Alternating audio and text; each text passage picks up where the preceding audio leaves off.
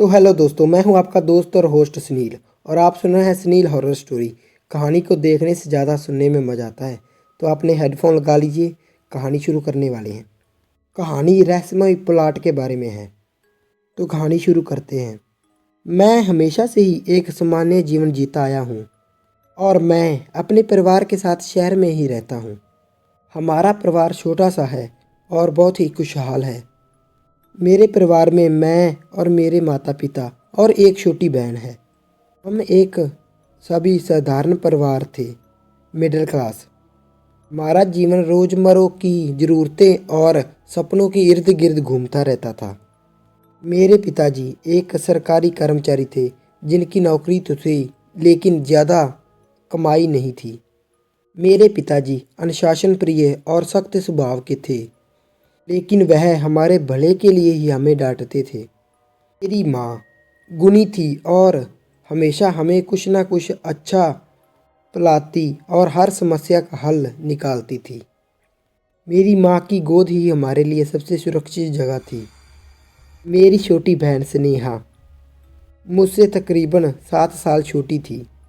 वह हमेशा ही मेरे पीछे पीछे घूमती रहती थी, मेरी बातें सुनती और मुझसे हंसी मजाक करती।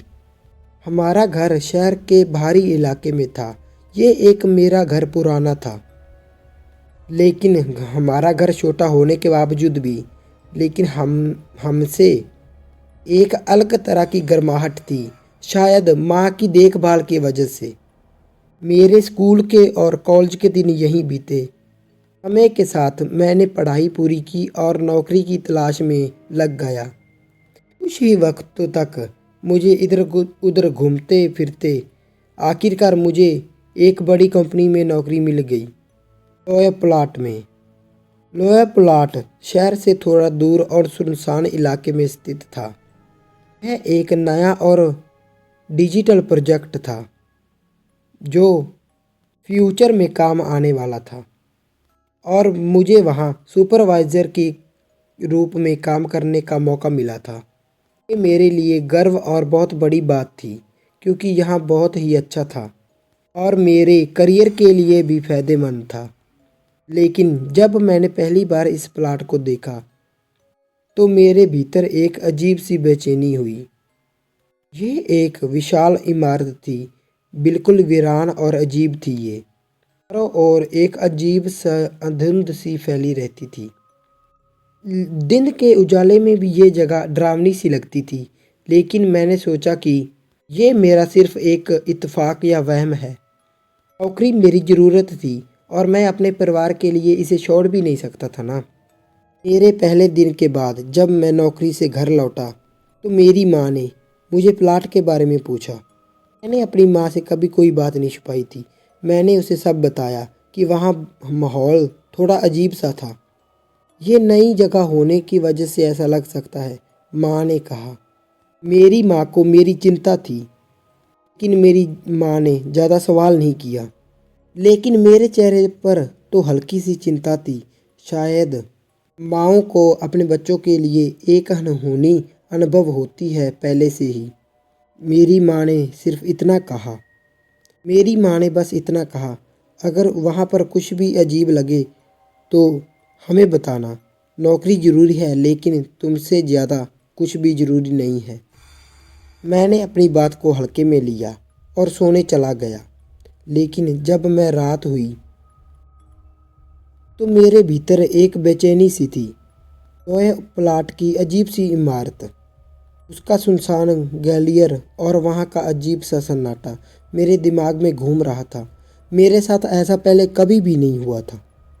ऐसा बिल्कुल भी नहीं था कि मैंने पहली बार कोई फैक्ट्री देखी थी, लेकिन वहाँ की हवा और कुछ ऐसा था जो जो मुझे असहज कर रहा था। अगले दिन मैं फिर से प्लाट पहुँचा। ये सुबह का समय था, लेकिन वहाँ का माहौल वैसा ही ठहरा हुआ था। जब मैं अंदर गया तो सिक्योरिटी गार्ड ने मुझे एक अजीब सी नज़र से देखा।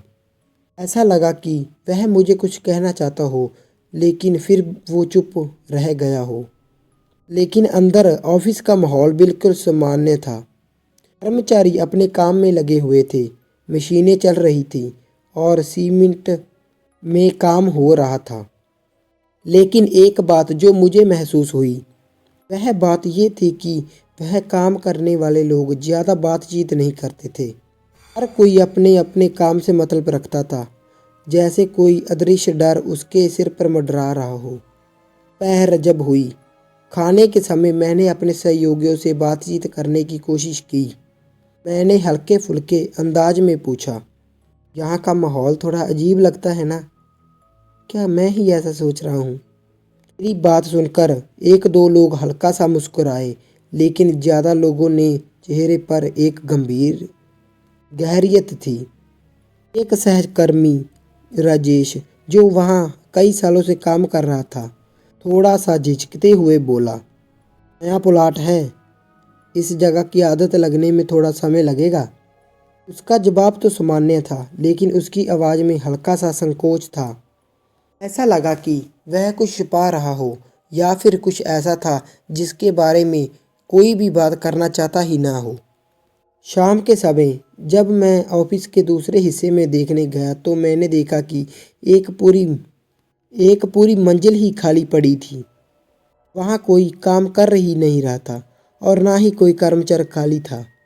मैंने मजाक में राजेश से कहा, क्या ये मंजिल भूतों के लिए रिजर्व है? काम क्यों नहीं कि यहाँ कोई कर रहा? उसने मेरी तरफ देखा और बिना हंसे कहा, यहाँ काम नहीं होता, ये ऊपर के अधिकारियों का काम है और उनका ही नियम है। हमें उधर जाने की बिल्कुल भी अनुमति नहीं है। मुझे ये सुनकर बिल्कुल ही अजीब लगा। एक पूरी मंजिल को यूं ही खाली छोड़ देना बिल्कुल ही अजीब सा था और समझ के बाहर था।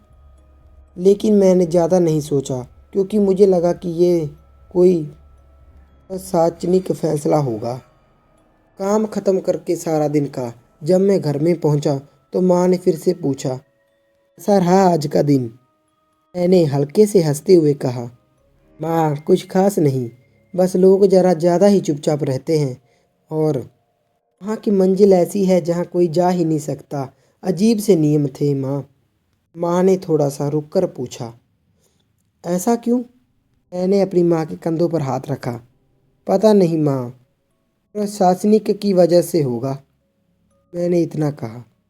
माँ ने तो कुछ नहीं कहा, लेकिन उसकी आंखों में एक अजीब सा डर दिख रहा था। उसी समय मैंने इसे नज़रअंदाज कर दिया, लेकिन अब सोचता हूँ कि शायद माँ को पहले ही कुछ एहसास हो गया था। रात में जब मैं फिर से सोने के लिए लेटा तो लाइव प्लॉट का माहौल फिर से मेरे दिमाग में घूमने लगा। वह खाली मंजिल, सिक्योरिटी गार्ड की अजीब सी निगाहें, कर्मचारी का संकोच और मेरी माँ की आंखों में दिखती चिंता।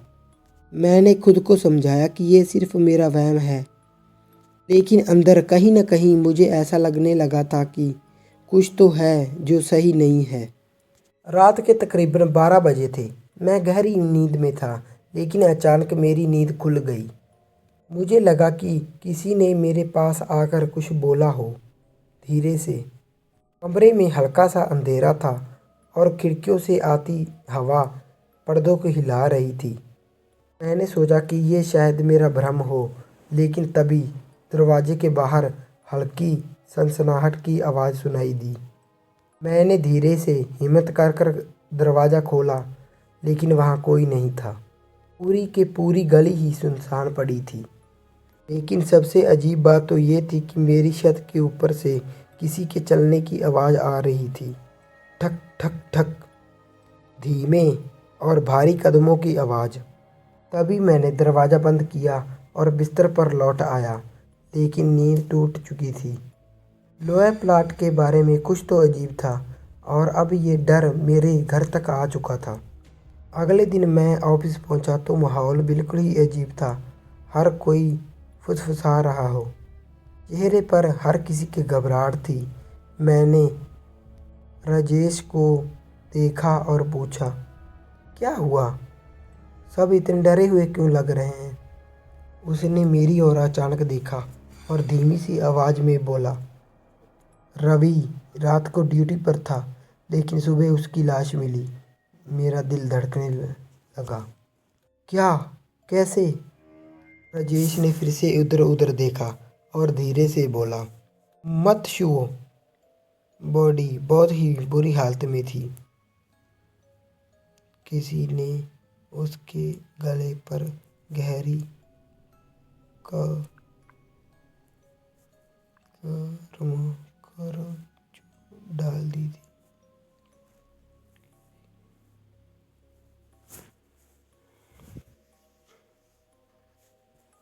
किसी ने गहरी गलों पर खरोंचें डाल तो दी थी। उसके चेहरे पर बिल्कुल ही डर जम गया था, ऐसे मरते वक्त वो कुछ भयानक ही देख रहा हो। मैं सन्न रह गया। रवि सिक्योरिटी गार्ड था और हमेशा ही नाइट ड्यूटी करता था। उसने अपनी नौकरी के दौरान पता नहीं कितनी रातें ही अकेली गुजारी थी, लेकिन कल रात उसके साथ ऐसा हुआ था। मैंने सिक्योरिटी गार्ड के रूम में जाकर सीसीटीवी फुटेज देखने की कोशिश की। रात के 2:30 बजे का वीडियो था। रवि गेट के पास ही बैठा था। अचानक उसने सिर उठाया और इधर उधर देखने लगा, जैसे किसी ने उसे आहट सुनी हो किसी की। फिर उसने अपनी कैमरे के दायरे से बाहर चला गया। के बाद वीडियो में केवल एक काली परछाई थी, एक लंबी विकृत आत्मा हवा में तैरती हुई लग रही थी। फिर अचानक कैमरा झटके से हिलने लगा और स्क्रीन पर लाइनें दिखने लगी। वीडियो वहीं कट गया। ये पहली बार महसूस हुआ कि ये सिर्फ एक अजीब फैक्ट्री नहीं थी। क्लब प्लाट में कुछ ऐसा था बुरा, और जब जाग चुका था, अगले दिन सभी कर्मचारी डर के साए में काम कर रहे थे। कुछ ने तो इस्तीफा देने की भी सोची, लेकिन किसी ने कोई रास्ता नहीं दिखा। और फिर अगली रात एक और मौत हुई। इस बार शिकार सिर्फ एक आदमी नहीं था, 3 लोगों की लाशें मिली और उनके भी चेहरे पर वही गर्मी हुई थी, भयानक। ये दोस्तों पार्ट पहला है। पार्ट दूसरा सुनने के लिए चैनल को सब्सक्राइब कर लीजिए, और इससे भी डरावनी वीडियो के लिए और आगे सुनने के लिए पार्ट 2 चैनल को सब्सक्राइब और वीडियो को शेयर कर दीजिए, और इससे भी ज़्यादा डरावनी कहानी आएगी। पार्ट 2 आप बोलोगे तो आएगा, वरना नहीं आएगा। आप बता देना पार्ट 2 चाहिए इसके आगे भी, तो मैं तैयार रहूँगा। Okay bye.